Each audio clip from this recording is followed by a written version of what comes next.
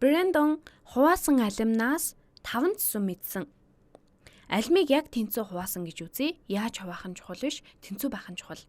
Габриэла харин 3 цусмыг эдсэн, нийт 9 цусам алим байсан гэвэл ямар хэмжээтэй гэдсэн бэ? Үүнийг энд зуръя. Алимыг босоогоор нь хэрцсэн байдлаар шар өнгөөр зуръя. Би үүнийг аль болох хамгийн сайнаараа зурхыг хичээе. Дээрээс нь харсан байдлаар зурвал амархан. 9 цусам байх ёстой. 9 цусам алимыг ингэж зурвал боломжийн харагдах байх. Нийт 9 тэнцүү цусам байгаа. 9 тэнцүү цусам гэж бичих хэрэгтэй байна. Ямар хэмжээтэй гэдсэн бэ? Эхлээд үүнийг 9 тэнцүү хэсэгт хуваая. Хуваах хэлбэр арга бол эхлээд 3 хэсэг хуваана. Mercedes-Benz машины эмблем шиг харагдчихэв. Би үүнийг эхлээд 3 хуваая, дараа нь хэсэг тус бүрийг дахин 3 хуваагаад 9 хэсэгтэй болно. Би аль болох тэнцүү хуваахыг хичээж байна. Гэхдээ 100% тэнцүү байж чадахгүй байна. Аль болох тэнцүү хуваахыг хичээе. Хамгийн сайнаараа зуръя. Ингээд 9 тэнцүү цусам, энэ бол анх байсан 9 тэнцүү цусам алим. Брэндон 5 цусмыг эдсэн. Брэндон нэлээд өлссөн байж 1 2 3 4 5 цусмыг эдсэн. Тэгэхээр 9-ний 5-ыг эдсэн гэж хэлж болно.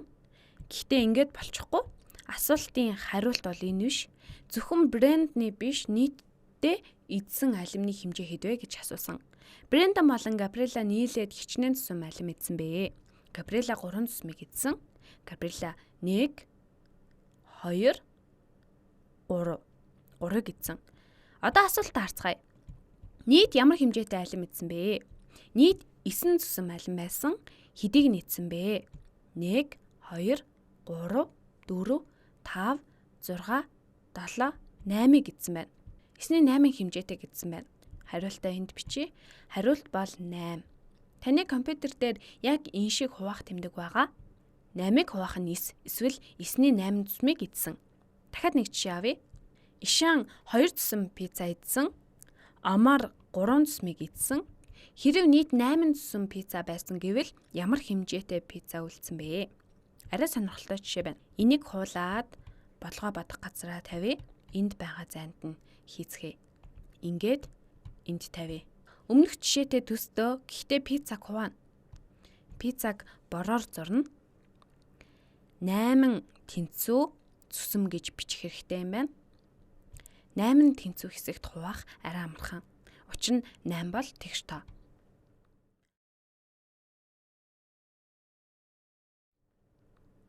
Хувай. Би хамгийн санаараа зурхыг хичээе. Эхлээд пиццаг 2 хэсэгт хуваая. Дараа нь дахиж хуваагаад 4 хэсэг болно. Аль болох тэнцүү хуваахыг хичээж байна. Дахиад 2 хуваагаад яг үн шиг 8 тэнцүү хэсэгтэй болно. Ингээд пиццаг 8 тэнцүү хэсэгт хуваалаа. Ишан 2 цусам пицца идсэн. Тэр 1 2 цусам пицца идсэн. Амар 3 цусмыг идсэн. Амар 3-ыг идсэн. Тэр 1 2 3 цусам пицца идсэн. Та амархан юм байна гэж хэлж болох бах. Хариулт нь 1 2 3 4 5 байна. Тэд нийлээд нийт 8 цусам пиццанаас 5 цусмыг нь идсэн байна. Тиймээс пиццаны 8-ны 5-ыг идсэн байна. Пиццаны 8-ны 5-ыг идсэн гэж хэлж болно. Учир нь тэд нийт 8-ыг хэрчмээс 1 2 3 4 5-ыг идсэн байна. Харин энэ бол асуултын хариулт харах биш. Ямар хэмжээтэй пицца үлдсэн бэ гэж асуусан. Тэгэхээр пиццанаас Ишан Амар 2 идээд ямар хэмжээтэй пицца үлдсэн бэ?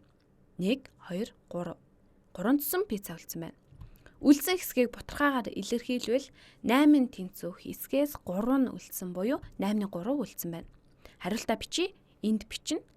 8-ны 3-аас буюу 8-ны 3 үлдсэн байна. Хариултаа шалгая. Тиймээ зөв байна.